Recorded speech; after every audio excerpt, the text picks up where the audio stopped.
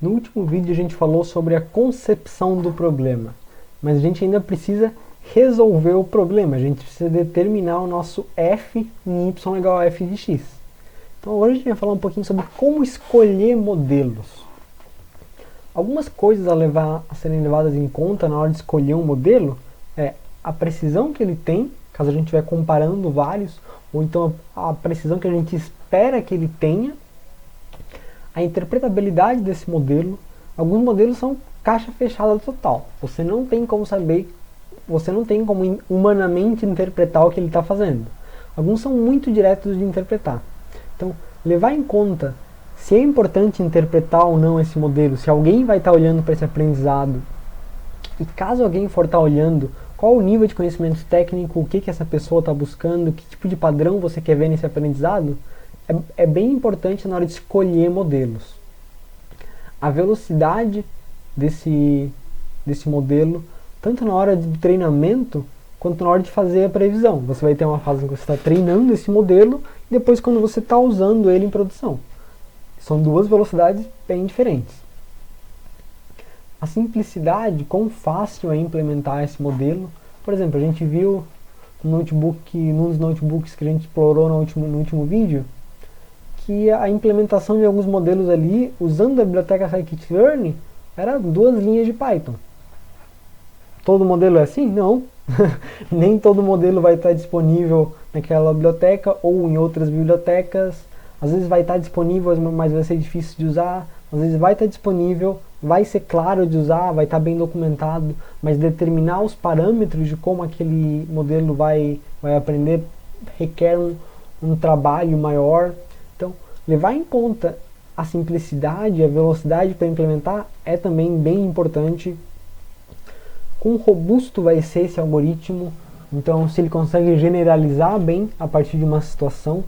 Por exemplo, a gente treinou o modelo para trabalhar com cogumelos desse tipo aqui, nesse solo aqui. Se eu levar para uma situação ligeiramente diferente, uma floresta diferente, se eu analisar, se outra pessoa coletar esses dados no futuro, o resultado vai ser o mesmo? Ele vai manter a mesma precisão? Qual que é a perda de precisão quando eu mudo ligeiramente a característica dos meus dados? Então, qual é a capacidade de generalização do meu modelo? Também a escalabilidade, que é conseguir trabalhar com muitos dados, conseguir receber um throughput de dados muito grande e lidar bem com isso.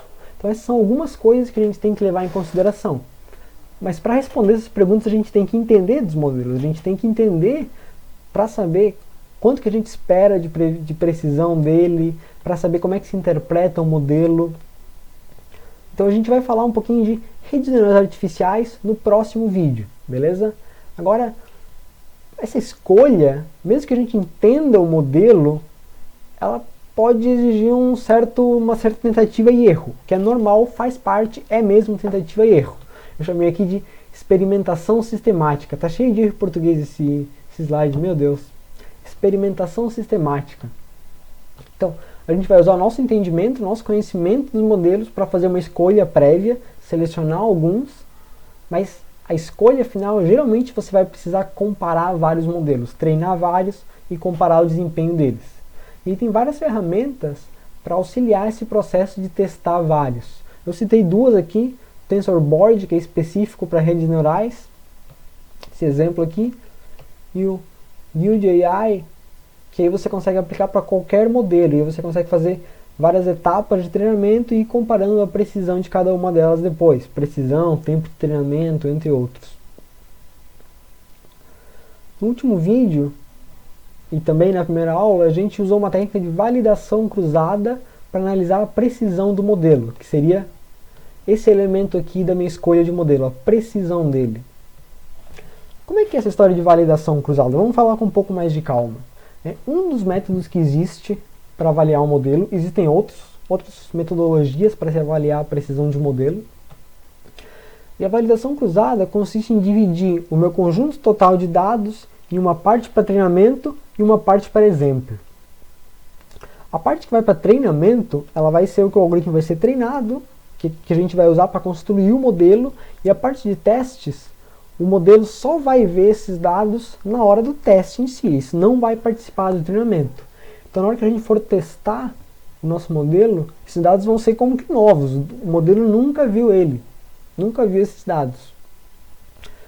E o ideal é que para que isso represente que são realmente dados novos, a gente ter esses dados, eles façam parte, digamos, do mesmo fenômeno. Então, que eles sejam amostrados da mesma distribuição. E a partir de um conjunto de dados, se eu selecionar de forma aleatória, isso é mais ou menos uma boa forma de selecionar da mesma distribuição, supondo que a distribuição foi mais ou menos constante ao longo de toda a coleta de dados. Mas é uma boa forma de eu garantir que eu estou minimizando esses meus erros devido à validação cruzada. No primeiro exemplo que a gente fez, eu fiz a validação cruzada pegando os primeiros 800 amostras, depois as últimas 800 amostras. É o contrário do que eu estou falando aqui. Então, se a luminosidade, se a qualidade do vinho tivesse mudado um pouco ao longo daquela coleta de dados, se os tipos de vinho que eu estou analisando tivessem mudados, eu estaria induzindo um erro no meu modelo por causa disso, porque eu estaria treinando só nos primeiros vinhos, e depois eu estaria testando em outros vinhos. Então, se eu tivesse feito aquela amostragem de forma aleatória, eu provavelmente teria um desempenho melhor e uma capacidade de generalização maior. Uma outra coisa a ser considerada na hora de treinar e de escolher um modelo é qual é o ajuste ideal para o treinamento desse modelo. De forma geral, existe um balanço entre o modelo ser complexo e ele modelar muito bem o meu conjunto de treinamento, e o modelo ser o mais simples, mais enxuto, mas ele conseguir generalizar melhor. E para determinar um bom ponto entre a complexidade de um modelo e a capacidade de generalização dele, existe uma heurística existe um método de escolha sob incerteza chamada Navier de Ockham, em que se tenta escolher sempre a hipótese mais simples que satisfaça aquilo que eu quero, que seja consistente com o meu problema. Se eu escolher sempre hipóteses mais complexas, é como matar uma mosca com uma bazuca. É muito mais do que é necessário. Isso pode induzir erros que a gente chama de overfitting. Então, o overfitting, ou superajuste, é eu escolher um modelo muito complexo, tão complexo que ele começa a modelar até os ruídos, as imprecisões do meu conjunto de testes, do meu conjunto de treinamento. Na hora que eu for avaliar isso no meu conjunto de testes, eu vou perceber que, ele modelou muito bem o meu treinamento, mas ele está modelando muito mal na hora de testar. Então isso é um péssimo indicativo. É uma situação de overfitting. A situação contrária, eu tenho um modelo que é muito simples, é a coisa mais ou menos funcionar bem para aquele meu conjunto de dados, mas quando eu for testar com outros dados, em outra situação, não modelou nada, foi um péssimo modelo. Então tem um ajuste intermediário entre ter um modelo muito complexo e um modelo muito simples, que é a opção balanceada, que é a que a gente sempre vai estar tentando buscar. E aí, para avaliar quão bem o nosso modelo está indo, depois que a gente fez a validação cruzada, existem várias métricas que variam se é para classificação ou para regressão. A gente vai começar aqui pelas métricas de classificação. Eu vou passar brevemente por algumas métricas, isso não é uma lista extensiva, mas só para vocês terem uma noção, porque esses termos eles vão aparecer o tempo inteiro. Então, a métrica precisão, ela representa dos valores que a gente preveu, o quanto que a gente acertou para uma certa classe. Então, para a classe positiva, a gente vai sempre considerar aqui como se fosse um problema de duas classes, positivo e negativo, beleza? Então, para a classe positiva, quantos que eu previ corretamente versus os demais. Então, isso é muito bom para detectar quando uma situação em que eu não quero detectar a mais, em que eu não quero prever a coisa errada a mais. Por exemplo, detecção de spam. Se eu detectar que que um certo e-mail é spam, quando na verdade não é spam, é um erro, isso é uma situação bem negativa. A pessoa vai deixar de ver o e-mail. Então é mais válido eu deixar aquele e-mail como um e-mail normal se eu não tenho certeza. Então eu quero maximizar os meus verdadeiros positivos. A métrica de sensibilidade é a situação oposta. Daqueles que eram realmente, quantos que eu de fato detectei. Então não é uma questão da precisão da minha detecção, mas em relação ao todo, o quanto que eu detectei, o todo daquela classe. Então eu vou somar verdadeiro e positivo e vou comparar isso com os que eu chamei de positivo, beleza? E essa métrica aqui ela é usada quando não detectar alguma coisa é muito ruim. Então eu quero detectar tudo que for possível detectar, mesmo que eu detecte a mais. Por exemplo, diagnóstico médico. Numa situação em que eu vou falar para um paciente se ele está ou não com a doença, é muito melhor eu falar, olha, eu não sei se você está com a doença ou não, a gente não tem certeza, mas a princípio você está com essa doença. Aí a pessoa vai fazer mais testes, vai procurar uma segunda opinião. Essa é uma situação. A outra situação é eu falar, não, você não está com a doença. Pode ser que essa pessoa só venha a realmente detectar que ela estava com a doença anos depois, quando a situação já estava muito mais grave. Então, são métricas diferentes para avaliar pensamentos diferentes.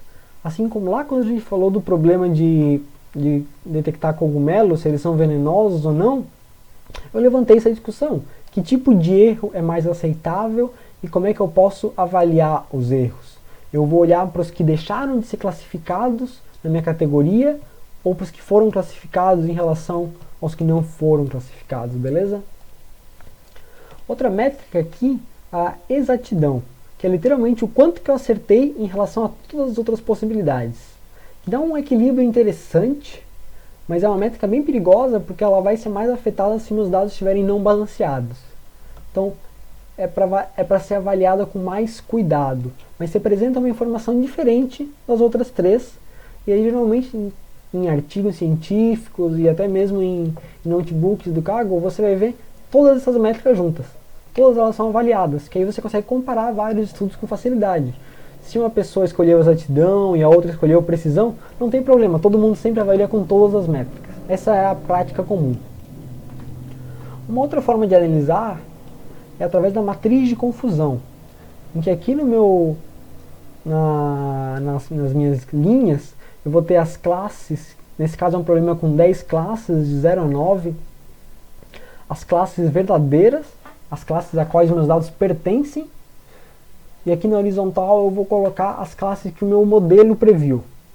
Idealmente, se meu modelo preveu 5 e a classe é realmente 5, eu acertei. Então, idealmente eu vou ter todos os meus dados aqui alinhados na diagonal. E cada ponto que eu vou somando aqui, esse aqui é um número de amostras que pertencem a essa situação, a essa classe. Desculpa, que foram previstos nessa situação. Cada elemento é o número de exemplos da classe I, que foi prevista com a classe J. Beleza? Cada elemento da minha matriz C e J. Então, idealmente eu teria todos os meus dados caindo aqui nessa diagonal principal. Se eu tenho os meus dados caindo, por exemplo, mais para cá, eles têm até um certo agrupamento, ou eu posso analisar classe a classe, olha, essa classe aqui tende a ser confundida com a classe número 6 e com a classe número 5. Porque eu estou sempre prevendo como sendo número 7, mas eu acabo prevendo, mas na verdade ela pertencia a 6, a 5 ou a 4. Então, isso me dá uma boa dica de onde que meu modelo está errando, e como é que eu posso melhorar, como é que eu posso mudar a coleta de dados, ou como é que eu posso mudar o pré-processamento dos dados. Nesse caso aqui, por exemplo, a gente pode ver que as classes estão bem desbalanceadas. A gente tem aqui 900 exemplos de um caso, 3.000 e poucos exemplos dessa classe. Dessa aqui tem pouquíssimos, 570 exemplos, 160 exemplos. Então os meus dados estão muito desbalanceados. E esse modelo aqui em específico, ele tende a prever para as classes majoritárias, que é uma situação bem comum, tender a prever para as classes majoritárias. A gente pode ver também que a classe número 8, ela é prevista com 100%, não tem problema nenhum. Todos os dados que pertencem à classe 8, eu previ como classe 8. E ninguém que não é da classe 8 foi previsto como sendo da classe 8. Então essa é uma classe muito fácil de ser prevista, beleza? Esse exemplo específico aqui é para um trabalho que eu fiz aplicado ao comportamento de animais. Detectar, a partir de imagens de vídeo, se esses animais estão interagindo uns com os outros, se eles estão sendo agressivos, o que eles estão fazendo, tudo mais. Então a gente tinha 10 classes para determinar o comportamento do animal e a gente estava tentando prever a partir do vídeo. E algumas situações eram muito mais frequentes que outras. Por exemplo, a situação número 7 era muito mais frequente que a situação número 1, 2, 3 e 4. Então é por isso que esses dados estão agrupados nessa região aqui, porque o meu modelo ele tendia sempre a prever para a classe majoritária. Então, balanceando os dados, a gente corrigiria esse problema. Para regressão, as métricas que a gente tem que analisar são outras, beleza? Classificação, quando nossa variável alvo é categórica. Regressão, quando a nossa variável alvo é contínua, beleza? Duas métricas que podem ser usadas para avaliar a regressão é o erro médio absoluto, então o valor verdadeiro da variável da amostra versus o valor que meu modelo previu para aquela amostra, soma o módulo disso, soma o valor absoluto disso ao longo de todos os valores que eu estou prevendo, então ao longo de todo o meu conjunto de testes, e a média disso vai ser a minha métrica erro médio absoluto. Uma outra forma de analisar é botando isso ao quadrado, então botar um quadrado aqui, e depois tirar a raiz para que eu consiga analisar na mesma unidade. Se isso aqui for, por exemplo, a qualidade do vinho de 1 a 10, e eu simplesmente botar um quadrado aqui, eu vou expandir todos os meus valores. Então eu não vou mais conseguir analisar na mesma escala de 1 a 10, na qualidade do vinho, naquele nosso primeiro exemplo de regressão. Agora, se eu botar uma raiz aqui, eu volto a fazer o mesmo scaling para a mesma escala. Então, essa métrica aqui ela ainda é analisável na mesma unidade de medida da minha variável alvo y. É por isso que tem essa raiz aqui. E esse quadrado aqui ele serve para, digamos, punir erros mais distantes. Então, se o erro for maior, isso vai tender a influenciar mais no meu erro final, no meu root mean square. Então, isso me dá uma percepção do espalhamento dos meus erros. Você pode ver que são métricas diferentes para objetivos diferentes. Um mede simplesmente a média e o outro me dá uma percepção do espalhamento dos meus erros. Beleza? Então, através dessas métricas aqui, para analisar quão preciso o modelo é, quão bem ele está se ajustando aos meus conjuntos, a gente consegue comparar vários modelos e escolher o que é mais adequado para a nossa situação, beleza? Mas só essa comparação por força bruta não é o suficiente, porque eu vou ter entre centenas de modelos para escolher, com vários hiperparâmetros diferentes e tudo mais. Então eu tenho que ter algum conhecimento prévio de como os modelos funcionam para eu conseguir estimar quais modelos eu tenho que começar a testar. Eu tenho que ter o meu próprio conhecimento. E mais ainda, depois que eu fiz uma seleção inicial dos modelos, eu posso querer vir a melhorar esses modelos, talvez desenvolver novos modelos. Então, mesmo que a implementação em Python seja simples, não tem como fugir do conhecimento de como esses modelos funcionam. É importante saber como o modelo funciona, a matemática por trás, beleza? Então a gente vai explorar um pouquinho de redes neurais artificiais no próximo vídeo, ok? Valeu pessoal, até a próxima! Referências para o meu vídeo, sempre muito importante. Eu sempre esqueço de mostrar as referências no final. Valeu, até mais!